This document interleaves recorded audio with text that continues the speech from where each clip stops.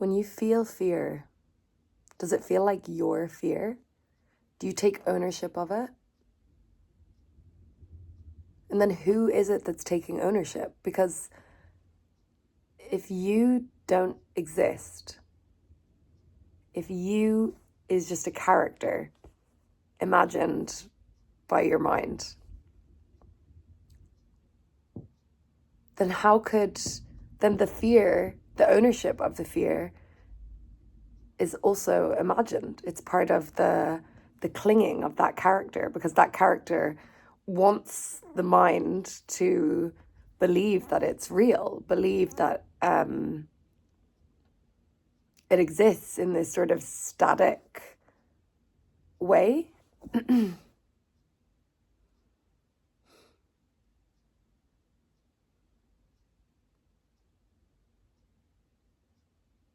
But you don't exist. You don't feel. Fear arises within your unique consciousness, your field, but also as part of the collective field of the emotion of fear or stress or anxiety, whatever it is that is arising.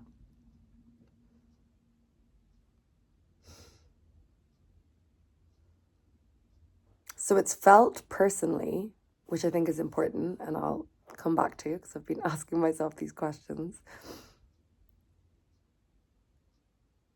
It's felt personally, but it's also felt at the collective level. Like fear has been felt by humans for millions of years, as far as we know, or as far as we understand. So it's a familiar energetic pattern. In the same way, there is something about you that exists, like your body, this temporary form, and this energetic signature that is you.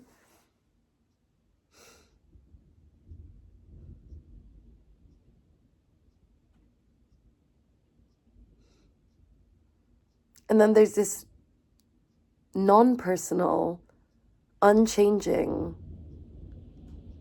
awareness, noticing this. Like, you didn't decide to watch this video. You aren't making things happen. Things are happening. Actions are arising. Decisions arise. Emotions arise.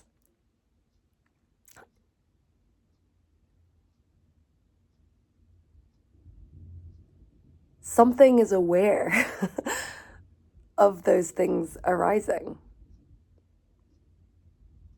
But it's not you in the sense of the character. Yet at the same time, there is a uniqueness, a personal felt experience that I feel awareness. I don't even know if enjoys is the right word, but like enjoys each of our uniqueness. Otherwise we wouldn't exist. So our these temporary forms and our expressions wouldn't exist so uniquely.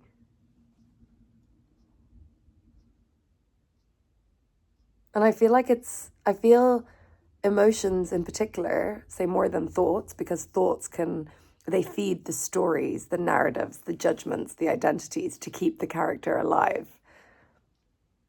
But when that fades away, when the imagined character fades away and is understood for what it really is, emotions can be felt differently, where they have this energetic quality and felt sense of wisdom. Because, say, if we go back to, the energetic pattern of emotions being around for 200 million years, so using clock time, even though we know things only exist always now, the immediacy. but clock time is helpful. So we can understand that emotions have been a guide for the temporary form of humans for 200 million years, compared to thinking, or the intellect, energetic pattern or quality, which has been around for 200,000 years. So you can imagine like a toddler energy, again, using these practical forms, versus like an elder, very elder, wise, energetic pattern.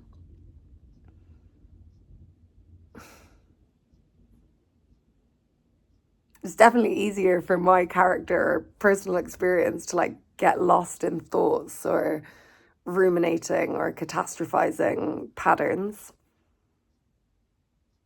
and temporarily forget this wisdom than it is to be with a feeling, especially like fear or stress or anxiety, where sometimes these narratives of too much or overwhelm come up.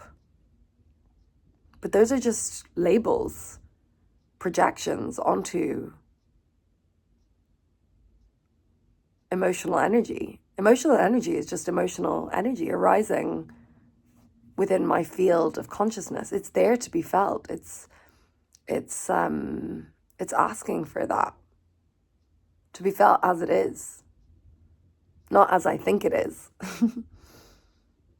or my character thinks it is, because that's just conditioned labeling of that emotion.